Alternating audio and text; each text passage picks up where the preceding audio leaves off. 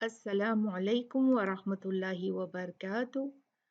اقرأ وارتقي کورس سورة الملک آیت نمبر 23 سے 26 تک.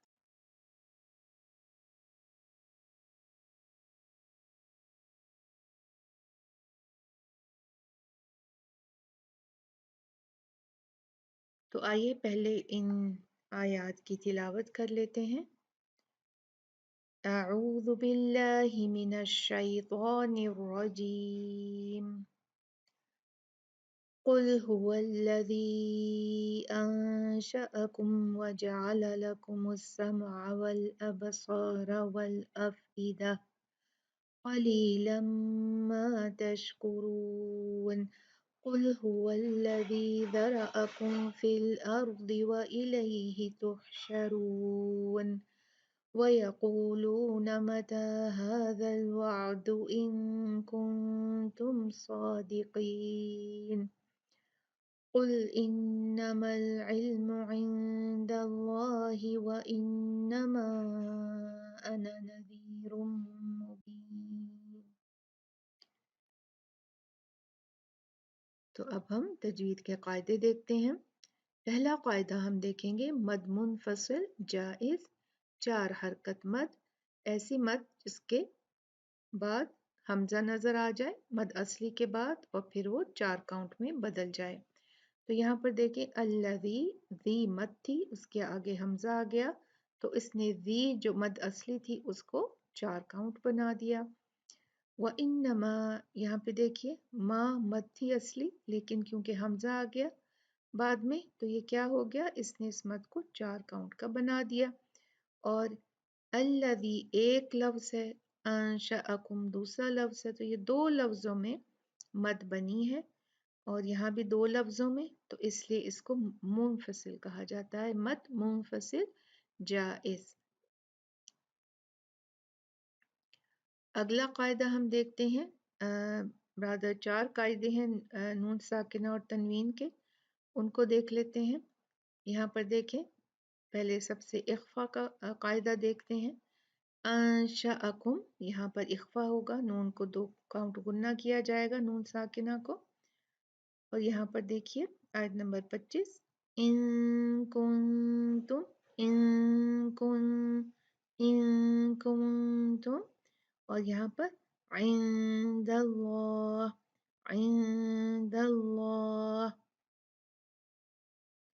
اور اگلا قاعدہ ہے ادغام. ادغام یہاں پر 2 جگہ پر آیا ہے. آیت نمبر 23 میں دیکھیں قلیلا ما تنوین آئی، تنوین بالفتحہ اور اس کے ساتھ بعد میں آیا میم جو کہ یرملون ادغام کے حروف میں سے ایک ہے. تو جب اس میں سے میم آ گیا تو پھر ہم نے تنوین کو جو نون ساکن تھا اس میں اس کو میم سے مدغم کر دیا. یہاں پہ دیکھیے تنوین ہے، یہاں پر 2 ضمتین ہیں، یہاں پر تنوین ہے 2 پیش کی، تو یہاں پر بھی بعد میں میم آ گیا یرملون میں سے، یہ دیکھیے میم، تو پھر ہم نے تنوین کو میم سے مدغم کر دیا. تنوین میں جو نون ساکن چھپا ہوتا ہے، جب میں کہتی ہوں تنوین کو تو اس کا مطلب ہے اس کے نون ساکنہ کو ہم نے میم کے ساتھ ملا دیا، شدت سے ملایا. نذیر مبین کیونکہ دیکھیں آگے شدہ بھی ہے اس لیے کہ یہ ادغام کامل ود غنہ کے ساتھ ہے، ٹھیک ہے، مع غنہ. اگلا قاعدہ دیکھتے ہیں جو کہ ہے قلقلہ کا قاعدہ. یہاں جب بھی کتب جدن میں سے کوئی بھی حرف جو ہے وہ ساکن ہوتا ہے یا اس کو رک کے ساکن کیا جاتا ہے تو ہم اس کو تھوڑا ہلا کر پڑھتے ہیں. جیسے یہاں پر دیکھیں آیت نمبر 23 میں اب سارا، ہم نے یہاں پر اب سارا نہیں پڑھے، اب نہیں، اب سارا. تو یہاں پر ہم دیکھتے ہیں حروف مستعلیہ ہمیشہ جو مفخم موٹے پڑے جانے والے جو حروف ہیں ان میں سے یہاں پر کتنے آئے ہیں. تو آیت نمبر 23 میں ہم دیکھتے ہیں والاب صاد، یہ حروف ہیں کل ملا کے 2 2 4 2 6 اور 7، ٹھیک ہے. 7 حروف ہیں جو موٹے پڑے جاتے ہیں